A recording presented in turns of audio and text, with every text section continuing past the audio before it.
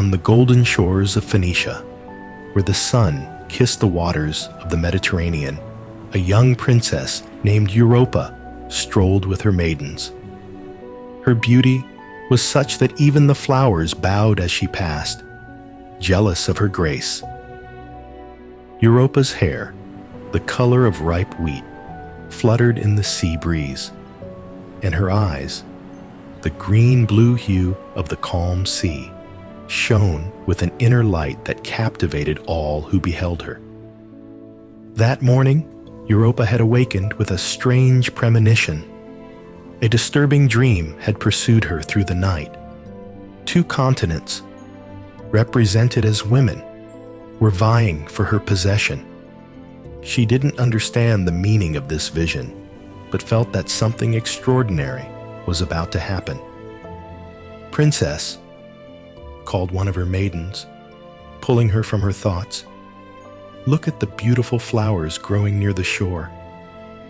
Europa smiled and headed to the spot indicated, her bare feet caressing the warm sand. As she bent down to pick the flowers, a movement on the horizon caught her attention. A white figure was emerging from the waters, slowly approaching the beach. High atop Mount Olympus, Zeus, the king of the gods, observed the scene with interest. For days, Europa's beauty had captivated him, and he had decided it was time to act. "Hermes," Zeus called to his messenger, "the time has come. Set our plan in motion." The cunning Hermes smiled and descended to earth in the blink of an eye. With his divine power, he gathered a herd of cows and bulls belonging to King Agenor, Europa's father, and guided them toward the beach where the princess was. Among the animals stood out a magnificent bull, so pure white that it seemed to glow under the sun. Its coat was as soft as silk, and its horns, perfectly curved, shone like polished gold. This bull was none other than Zeus himself, transformed by his own power to approach the young woman who had stolen his divine heart. Europa and her maidens watched in amazement as the herd approached the shore. But it was the white bull that captured all their attention. The animal moved with a grace uncharacteristic of its kind, almost as if dancing on the sand. "I have never seen such a beautiful creature," Europa whispered, fascinated. The bull approached her with gentle steps, bowing its massive head as if in greeting. Unable to resist the temptation, Europa extended her hand to stroke its soft coat. "Be careful, princess," warned one of the maidens, but her voice trembled more from astonishment than fear. Europa ignored the warning. There was something in the bull's eyes, an intelligence and a gentleness that mesmerized her. Without a second thought, and to the surprise of her companions, she climbed onto the magnificent animal's back. "He is as gentle as a lamb," she exclaimed with delight. But at that very moment, as if her words had been a signal, the bull stood up and began to run toward the sea. Surprised, Europa clung to the golden horns as her maidens screamed in horror from the shore. "Help!" Europa shouted, but her voice was lost in the roar of the waves. The bull plunged into the sea with the princess on its back. The waters seemed to part before them, and soon the coast of Phoenicia was nothing more than a faint line on the horizon. Poseidon, god of the seas and brother of Zeus, emerged from the depths to witness the spectacle. Recognizing his brother under the bovine disguise, he decided to assist in the divine abduction. With a stroke of his trident, he calmed the waters and summoned a retinue of sea creatures to escort the bull on its journey. Dolphins leaped joyfully around them, Nereids sang hypnotic melodies, and even Tritons swam alongside, sounding his conch shell in a marine fanfare. Europa, who at first had been terrified, gradually calmed down. The magic of the moment enveloped her, and although she didn't understand what was happening, she felt part of something greater than herself. Meanwhile, in the palace of Sidon, King Agenor noticed his daughter's absence. Worried, he sent his servants to search for her throughout the city. When informed that she had last been seen on the beach, riding a white bull that ventured into the sea, the king turned pale. "My sons!" Agenor exclaimed. "You must depart at once to search for your sister."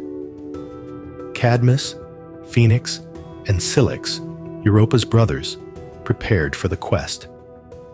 Each would take a different direction, vowing not to return until they found their beloved sister.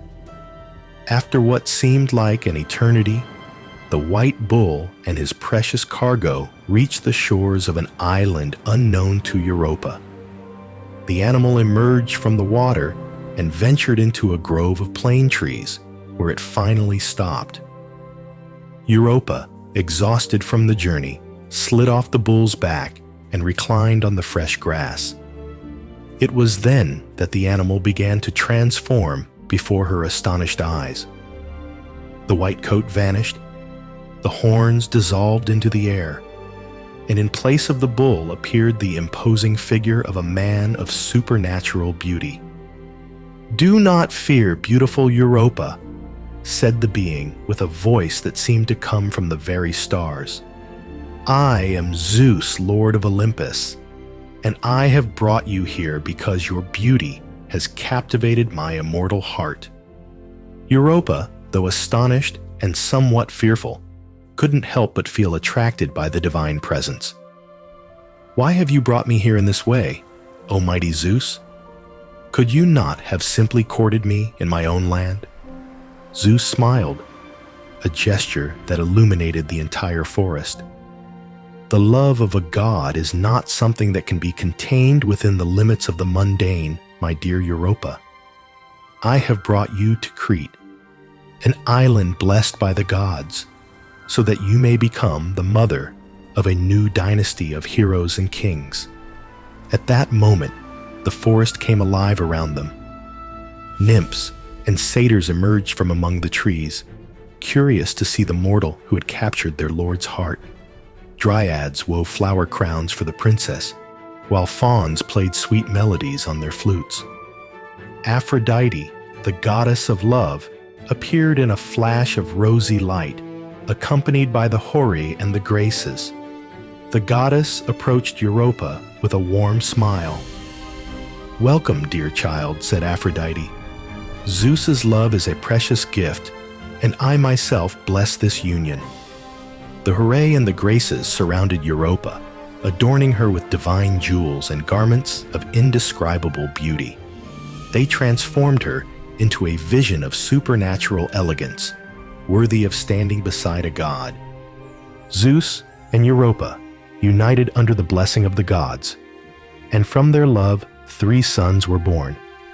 Minos, destined to be the great king of Crete; Rhadamanthys, whose wisdom would make him a judge of the underworld; and Sarpedon, who would become a legendary warrior. Before returning to Olympus, Zeus gave Europa 3 magical gifts: Talos, a giant of bronze who would protect the island of Crete; Laelaps, a dog who never failed in his hunt; and a javelin that always hit its mark. "These gifts will protect you and our children," said Zeus. "Though I must return to Olympus, my love for you will endure eternally." Over time, Europa married Asterion, the king of Crete, who adopted the children she had with Zeus. Under their reign, Crete flourished and became an unparalleled maritime power in the Mediterranean. Meanwhile, her brothers continued their search. Cadmus, following the advice of the Oracle of Delphi, founded the city of Thebes. Phoenix traveled east, giving his name to the land of Phoenicia. Cilix settled in the region that would later be known as Cilicia. On Olympus, Hera, the wife of Zeus, burned with jealousy over her husband's new lover. She planned revenge, but even she had to admit that Europa's destiny was interwoven with that of the gods in a way that could not be ignored. The years passed, and Europa's legend grew. Her image, riding the white bull across the sea, became a symbol of the connection between East and West. Poets sang her story. Artists captured her in their works, and her name was whispered with reverence throughout the known world. Minos, the eldest son of Europa and Zeus, built the magnificent palace of Knossos, a labyrinth of beauty and mystery that would become the heart of Minoan civilization. Under his reign, Crete reached its peak, dominating the Aegean Sea and establishing trade relations with distant lands. Rhadamanthys, known for his unwavering justice, established a code of laws that would be admired for generations. It was said that his wisdom was such that, after his death, Hades appointed him one of the judges of the underworld, tasked with judging the souls of the departed. Sarpedon, the youngest of the three, became king of Lycia. His bravery in battle was legendary, and his destiny would lead him to fight in the Trojan War, where he would meet a glorious death at the hands of Patroclus. As the centuries passed, Europa's name transcended her own legend. The continent north of the Mediterranean adopted her name, an eternal testament to the Phoenician princess who was loved by the king of the gods. Zeus, in a gesture of eternal love, immortalized the form of the white bull as the constellation Taurus, a constant reminder in the night sky of his affection for Europa. The story of the abduction of Europa became more than a myth. It was a bridge between cultures, a symbol of the union between East and West, and a reminder that even the gods can be transformed by the power of love and destiny.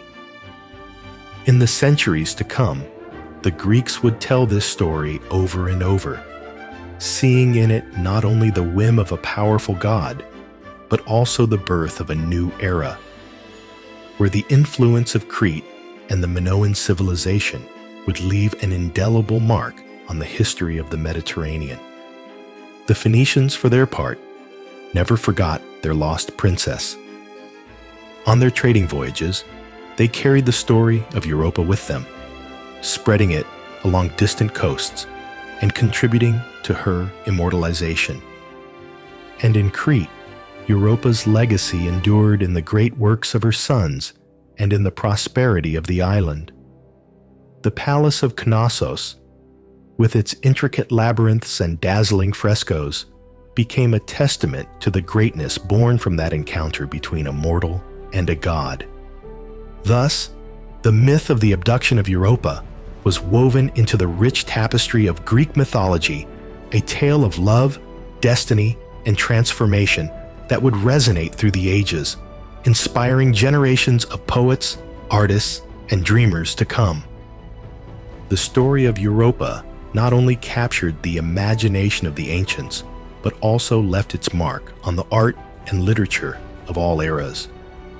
Renaissance painters like Titian immortalized the moment of the abduction in canvases full of movement and color.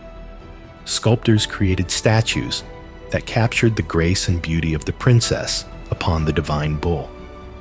In literature, the myth of Europa inspired poets and playwrights. Ovid included her in his Metamorphoses, narrating with vivid detail the journey across the sea. Moschus of Syracuse dedicated a beautiful epic poem to her, describing not only the abduction, but also Agenor's anguish over the loss of his daughter. Over time, Europa's story acquired new meanings and symbolism. It became a metaphor for the expansion of civilization, the encounter between cultures, and the transformative power of love. On the island of Crete, the cult of Europa flourished. Temples were built in her honor, and festivals were celebrated. The Cretans venerated her as the mother of their civilization, attributing the greatness of their island and the wisdom of their kings to her. Europa's legacy endured in her descendants. The line of Minoan kings traced their lineage back to her, and it was said that the divine blood of Zeus ran through their veins, endowing them with superhuman strength and wisdom. Even in the modern world, the myth of Europa lives on. Her name not only designates a continent, but also symbolizes the unity and diversity of the peoples who inhabit it. The image of the bull and the maiden has become a recognizable icon, used on coins, stamps, and emblems. Thus, the story that began on the shores of Phoenicia, with a young princess and a white bull, extended beyond time and space, becoming an eternal myth that continues to captivate humanity's imagination. Thank you for joining us on this journey through the myth of Europa. We hope you enjoyed this fascinating story. Don't forget to subscribe to the channel for more content on mythology, legends, and stories that have captivated humanity for centuries. Until next time,